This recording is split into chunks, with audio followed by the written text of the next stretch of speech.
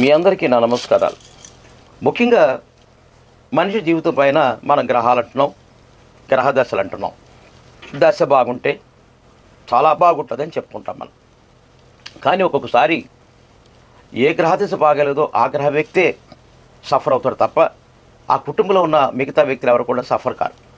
నాకు వచ్చిన ఎస్ఎంఎస్లు చూస్తే అందరూ సఫర్ అవుతున్నారండి. ఇంచుమించు ఆ ఇంట్లో చాలామంది, కొంతమంది యాక్సిడెంట్లను రాశారు, కొంతమంది యజమానే లేడు ఎక్కడికో వెళ్ళిపోయాడు తిరిగి రాలేదని రాశారు, కొంతమంది ప్రమాదాలకు లోనవుతున్నారని రాశారు, కొంతమంది కోర్టు సమస్యలు ఉన్నాయని చెప్పి రాస్తున్నారు, కొంతమంది అసలు ఆ ఇంట్లోకి వెళ్ళలేకపోతున్నామండి, వెళ్ళిన వాళ్ళు ఎవరు కూడా ఉండలేదని రాస్తున్నారు. ఇలాంటి సమస్యలన్నీ కూడా ఆలోచిస్తుంటే ఆ ఇంటికి నైరుతి దిశ లోపం ఉన్నట్టుగా తెలుస్తున్నది. ఈ నైరుతి దిశ అంటే దక్షిణ పడమరలో కూడా ఇటువంటి కలిగిస్తాయి, కానీ ఇంత దారుణంగా ఉండవు.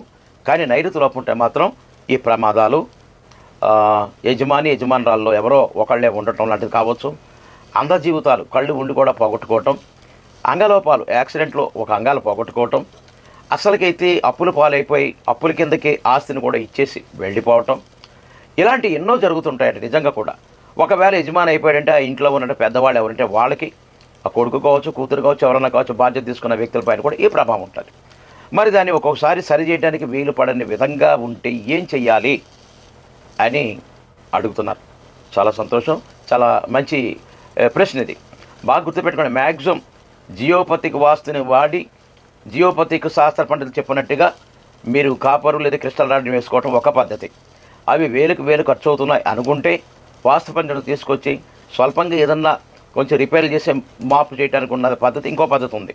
మీరు అటువంటి మార్పులు చేసుకోవాలంటే అటువంటి పండితుల దగ్గరలో ఉన్నట్టు పిలుచుకోండి, లేకపోతే మీరు ప్లాన్ తీసుకొస్తే మేము చెప్తాం. ఏది లేకపోతే మీరు చాలా చక్కని తంత్రం చెప్తున్నాను. కాకపోతే ఏంటంటే ఇంట్లో ఫ్లోరింగ్ అయిపోతే మాత్రం కొంచెం ఇబ్బంది.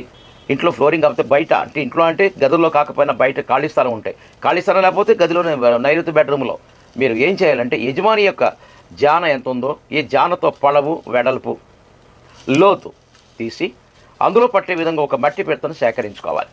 ఏ రోజు సేకరించుకోవాలి? యజమాని యొక్క నక్షత్రం రోజున. పొరపాటున రోజు మంగళవారం కానీ శుక్రవారం కానీ ఇస్తే అది కొనుక్కు రాకూడదు. అంత ముందు రోజునే కొనుక్కురండి. అది కొనుక్కొచ్చుకున్న తర్వాత దాన్ని పూర్తిగా నీటితో శుభ్రంగా కడిగి నీళ్ళ నానబెట్టి తర్వాత ఆరబోసి కొద్దిగా ఎండబెట్టాలి. తర్వాత ఏం చేయాలి? దాని మీద మూత కూడా తీసుకురావాలి. తర్వాత ఒక ఎర్రని వస్త్రం లేదా పసుపు రంగు వస్త్రం, ఒక వస్త్రాన్ని తీసుకురావాలి. 100 గ్రాముల పాదరసం, అలాగే నవరత్నాలు, ఇవి జాగ్రత్తగా తీసుకొచ్చుకొని ఆ పిడతలో పాదరసం పోసి ఈ నవరత్నాలు వేసి దాన్ని మూత పెట్టేసేయాలి. మూత పెట్టిన తర్వాత ఏం చేయాలి? బట్టతో కట్టి నైరుతిలో, నేను చెప్పిన నైరుతి మూలలో యజమాని యొక్క జానడు పొడవు వెడల్పోతో ఒక గుంత కింద తీసి దాని లోపల ఇది పెట్టండి. కొంతమంది బంగారం, రాగి ఇటువంటి కూడా ఏమని రాశారు. వాస్తవానికి పాదరసం ఉంటుంది కాబట్టి మీరు గోల్డ్ వేసిన ఏ మెటల్ వేసిన కూడా అందులో కరిగిపోద్ది. అనవసరంగా నవరత్నాలు వేసుకోవచ్చు, చక్కగా వేసుకోవచ్చు. అటువంటివి చేయండి. కావాలంటే ఇంకా కొంచెం పగడం పెద్దతోటి ముచ్చిమోటి అటువంటి వేసుకుంటే చాలా బాగుంటుంది. మీరు ఎంత వేయాలి పాదరసం అనుకున్నది 100 గ్రాములు వేయచ్చు, 1/2 కిలో కూడా వేయచ్చు. మీ సొంత లీతో 1/2 కిలో వేయండి. వేసి ఏం చేయాలి? భూమిలో పెట్టి మూత పెట్టేసేయండి. 2 రోజులు లేదా 3 రోజులు మీరు ఎక్కడైతే స్థాపించారో అక్కడ దీపారాధన చేయాలి. ఎటువంటి దీపారాధన చేయాలి? ఆంజనేయ స్వామి పటం పెట్టి చక్కగా అక్కడ దీపారాధన చేయడం చాలా మంచిది. లేదా దుర్గాదేవి పటం పెట్టి అక్కడ మీరు దీపారాధన చేయడం మంచిది. ఈ 3 రోజులు దీపారాధన అయిన తర్వాత చక్కగా పసిమిడితో కడిగేసేసి ఇల్లంతా కడిగేసేసుకుని యాజ్ ఇట్ ఈజ్గా మీరు మీ పనులు మీరు చేసుకుంటూ వెళ్ళండి.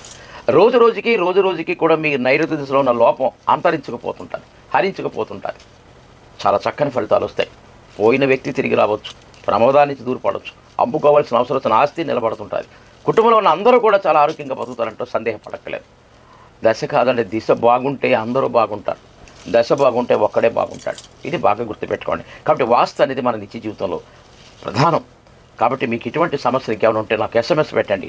దానికి మీకు ఇటువంటి చక్కని చిట్కాలు నేను చెప్తాను. దాన్ని ఆచరించండి. సుఖవంతమైన జీవితాన్ని మీరు మీ కుటుంబ సభ్యులు అనుభవించండి. ఈ అంశం మీకు నచ్చినట్టయితే మా ఛానల్కు సబ్స్క్రైబ్ చేయండి, లైక్ చేయండి, షేర్ చేయండి, కామెంట్ చేయండి. ఆది బెస్ట్. నమస్తే, మీ అచ్చిరెడ్డి.